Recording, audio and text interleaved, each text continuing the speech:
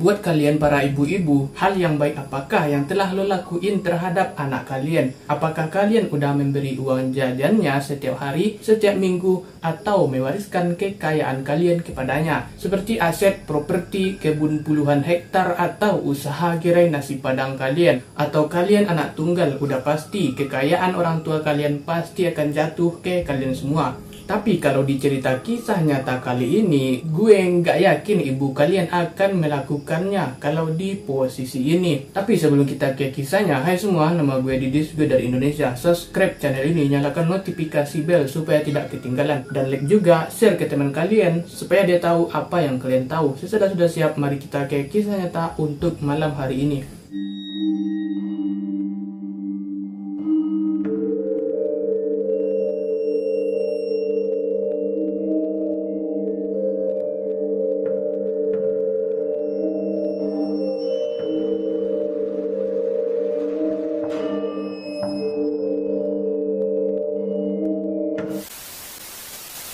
Pada tanggal 28 November 2014 di negara Inggris ada seorang single mother bernama Sarah. Dia adalah seorang ibu berusia 32 tahun dengan 3 anak dari London. Dia telah berada di dalam daftar tunggu untuk properti dewan. Dia akan dipindahkan oleh anggota dewan ke tempatnya yang baru. Selama beberapa tahun dari apa yang gue dapat, keempatnya memiliki masa lalu yang agak bergejolak dan agak sedikit greget. Tetapi pada tahun 2014 adalah tahun keluarganya yang akan diberi sebuah flat di Slaverstone S di London. Keempat orang itu akhirnya pindah ke tempat mereka yang baru. Sarah bersama dengan anak tertuanya yakni bernama Brandley yang berusia 12 tahun dan kedua saudara kembarnya yaitu Alpian dan Royce Spot yang berusia 11 tahun. Sekarang mereka memiliki kesempatan untuk memulai yang baru. Semuanya berjalan dengan baik. Pada awalnya Sarah mengatakan bahwa anak-anaknya beradaptasi dengan baik di sekolah dan tampaknya menikmati kehidupan baru mereka. Semuanya tampak baik-baik saja dan semua orang pun bahagia. Di seberang blok flat tempat keluarganya tinggal, ada blok flat lain. Di dalamnya tinggallah seorang pria berusia 77 tahun bernama Mitchell. Mitchell digambarkan adalah sebagai pria tua yang manis, kesepian, dan rentan yang akan menjual koran di toko agen berita lokal. Semua orang di daerah itu tampaknya sangat cocok dengan Mitchell. Penduduk setempat yang mengenalnya sering berhenti dan berbicara dengannya. Segera setelah pindah, Sarah bertemu Mitchell dan keduanya mengembangkan ikatan yang cukup kuat. Saat itu Sarah akan menggambarkan Mitchell sebagai pria tua yang baik dan ramah. Keduanya sering mengobrol satu sama lain dan dia kadang-kadang bahkan memasak makanan untuknya dan membawanya ke flatnya. Jika Mitchell membutuhkan sesuatu, Sarah selalu senang membantu dan dia sering menemaninya. Putra Sarah yang pertama yakni Brandley saat itu berusia 12 tahun. Dia saat itu pengangguran lalu dia mencari pekerjaan harian di akhir pekan yang sesuai untuk usianya, hanya agar dia bisa mendapatkan sedikit uang. Dan secara kebetulan Mitchell bertanya kepada Sarah apakah putranya yakni Brandley akan tertarik bekerja dengannya untuk membantunya di agen berita. Sarah mempercayai Mitchell dan menganggapnya sebagai teman baik. Dia tidak memiliki masalah dengan Mitchell yang menanyakan hal ini. Dan banyak anak laki-laki muda lainnya di komunitas tersebut juga telah membantu Mitchell untuk mendapatkan uang saku tambahan. Dia bertanya kepada putranya apakah dia akan tertarik. Brandley sangat tertarik dan bersemangat dan segera memanfaatkan kesempatan ini untuk mendapatkan uang tambahan. Lalu akhirnya mereka pun bekerja bersama. Brandley ada di toko membantu memilah koran dan pada beberapa kesempatan dia kadang-kadang juga membawa adik kembarnya. Meskipun tidak lama setelah ini kejadian pun terjadi. Lalu tiba-tiba Brandley memberitahu Sarah bahwa dia tidak ingin lagi bekerja dengan Mitchell dan alasannya akan segera terungkap. Pada bulan November 2014, anak kembar Sarah pun menangis dan menceritakan mimpi terburuknya. Mereka mengatakan kepadanya bahwa setelah membantu Mitchell memilah-milah beberapa kertas dan mengundang mereka kembali ke flatnya karena Mitchell telah membangun kepercayaan dengan anak laki-laki itu. Mereka setuju dan mereka kembali ke rumahnya bersamanya. Begitu sampai di sana, Michelle mencoba kedua anak laki-laki itu secara umum. Kemudian mengetahui bahwa kedua saudara laki-lakinya telah dipersiapkan oleh Michelle. Sarah lalu menemukan Bradley di kamarnya yang sedang menangis tak terkendali, gemetar dan mencabut rambutnya. Dia memberitahu ibunya bahwa dia juga telah dilecehkan oleh Michelle dan adik-adiknya. Tetapi dia terlalu takut dan malu untuk mengakuinya. Dia terus berkata, "Aku seharusnya memberitahumu sebelumnya." Michelle berteman dengan Sarah untuk mendapatkan kepercayaannya dan untuk lebih dekat dengan anak-anaknya. Sejak hari pertama ini adalah rencananya Sarah duduk bersama anak laki-lakinya sepanjang malam. Ketika mereka menjelaskan bahwa mereka telah dipersiapkan dan dilecehkan oleh Michelle, Sarah kemudian mengatakan bahwa tingkat rasa bersalah menguasainya. Dia mengatakan bahwa itu adalah tugas utamanya untuk melindungi anak-anaknya, dan dia merasa bahwa dia telah sangat mengecewakan mereka. Sarah segera menghubungi polisi. Dia dan anak laki-lakinya menjelaskan semuanya kepada pihak penyelidik, dan Michelle segera ditangkap. Dan ini seharusnya menjadi akhir dari cerita ini, tetapi tidak. Ini baru permulaannya saja. Tetapi sayangnya tidak lama setelah ditangkap oleh polisi, Michelle mengaku tidak bersalah dan dibebaskan dengan jaminan bersyarat. Tetapi dia tidak hanya dibebaskan, dia diizinkan untuk pindah kembali ke apartemennya, tepat di seberang jalan dari tempat Sarah dan ketiga putranya tinggal. Anak-anaknya ketakutan. Mereka takut Michelle mungkin membalas dendam jika mereka meninggalkan flat. Ya, mungkin dia akan menabraknya. Itu adalah kemungkinan nyata. Sarah tentu saja benar-benar marah dan langsung pergi ke kantor polisi. Dia memohon agar pihak berwenang menangkapnya kembali, yaitu si Michelle kakek-kakek tadi tuh. Namun mereka menolak dan malah menyarankan dia untuk pindah. Tidak lagi merasa aman di rumah mereka, Sarah membawa dirinya dan ketiga putranya ke rumah ibunya. Dan saat tinggal di sana selama beberapa hari, lalu Dewan menyuruh Sarah untuk kembali lagi. Mereka juga mengatakan tidak ada yang bisa mereka lakukan.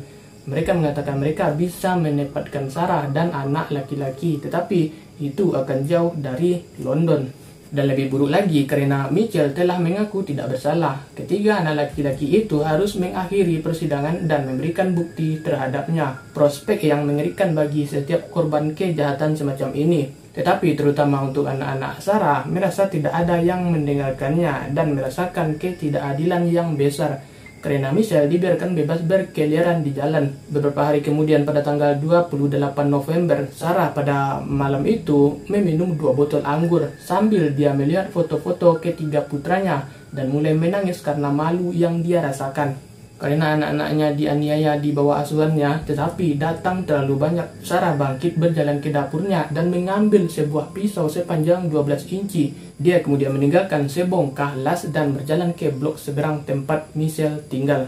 Dia berdiri di luar mengetuk pintu Michelle dan menunggunya untuk menjawab. Michelle datang ke pintu dan keduanya mulai berbicara. Sarah menuntut agar dia melakukan hal yang benar dan mengakui kejahatan yang telah dia lakukan, sehingga anak-anaknya tidak harus menghidupkan kembali trauma mereka. Di pengadilan, Michelle menolak dan menyatakan bahwa anak-anaknya berbohong dan bahwa dia tidak melakukan hal seperti itu. Tidak yakin, Sarah menatap kosong padanya, dan saat itulah kepribadian Michelle berubah. Menyadari bahwa Sarah tidak mempercayainya, dia menjadi sombong dan tiba-tiba menyeringai. Kemudian menyatakan bahwa dia tidak mengenali pria yang sebelumnya dia lihat sebagai temannya. Kedua pertemanan itu putus secara tiba-tiba. Dia menolak untuk mendengarkan dan menolak untuk mengakui apa yang telah dia lakukan. Sarah kemudian mengeluarkan pisau sepanjang 12 inci tadi. Michelle panik dan bergegas ke arahnya. Sarah kemudian menusukkan pisau ke Michelle berulang-ulang. Dia menikam Michelle sebanyak 8 kali dan kemudian dengan cepat meninggalkan tempat kejadian perkara. Dalam rekaman CCTV, Sarah terlihat melarikan diri dari tempat kejadian dengan pisau masih di tangannya. Michelle terbaring di flatnya sendirian dan perlahan-lahan berdarah sampai meninggal. 1 jam setelah penyerangan Michelle, Sarah menyerahkan diri ke polisi. Dia menjelaskan situasinya pada mereka dan menyatakan bahwa dia telah kehilangan kendali. Dia mengklaim bahwa dia tidak bermaksud untuk benar-benar membunuh Michelle. Dia hanya ingin membuatnya mengakui kejahatannya saja. Dah, itu aja. Sarah lalu ditangkap dan didakwa dengan pembunuhan, dan anak-anaknya ditempatkan dalam perawatan kakek nenek mereka. Setelah pembunuhan itu ditemukan bahwa Michelle bahkan bukan nama aslinya. Dia cuma menyamar untuk menutupi kebusukannya. Nama asli Michelle adalah Robin Moll. Meskipun untuk menjaga semuanya tetap sederhana, gue akan tetap menyebutnya sebagai Michelle dengan nama lamanya.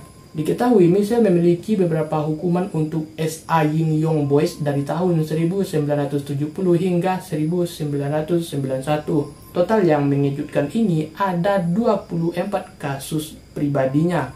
Keyakinan dia menjalani hukuman antara 9 dan 6 tahun atas kejahatannya, dan disinilah ciuman itu menjadi lebih menjijikkan dari yang sudah ada. Celah hukum di Inggris memungkinkan pelanggar terdaftar untuk mengubah nama mereka dan mendapatkan SIM dan paspor baru, yang berarti mereka dapat lulus pemeriksaan. Catatan kriminal ini memberi Michelle kesempatan untuk menghindari pihak berwenang yang memungkinkannya untuk lebih dekat dengan anak-anak. Sekali lagi, tidak ada yang tahu tentang masa lalu Michelle karena dia telah mengubah namanya dan karena kejahatannya mendahului daftar pelanggar seks oral.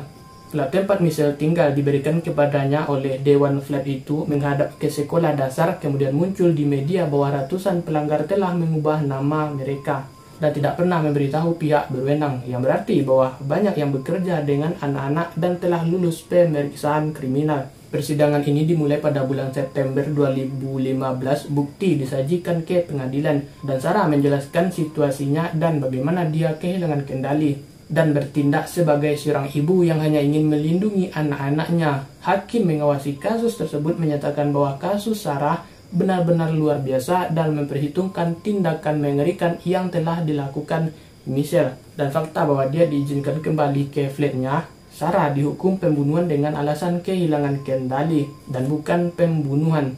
Dia dijatuhi hukuman 3,5 tahun, namun beberapa orang berpendapat bahwa hukuman ini terlalu ringan dan banding untuk memperpanjang hukumannya diajukan. Alasan perpanjangan hukum Sarah adalah sebagai berikut. Dia mengenakan pakaian untuk menyembunyikan identitasnya di CCTV dan mencoba untuk tidak meninggalkan sidik jari yang menunjukkan tanda-tanda perencanaan. Dan setelah menikam Michelle, dia melarikan diri dari tempat kejadian dan tidak meminta bantuan medis. Karena alasan ini, hukuman Sarah digandakan menjadi 7 tahun sampai hari ini.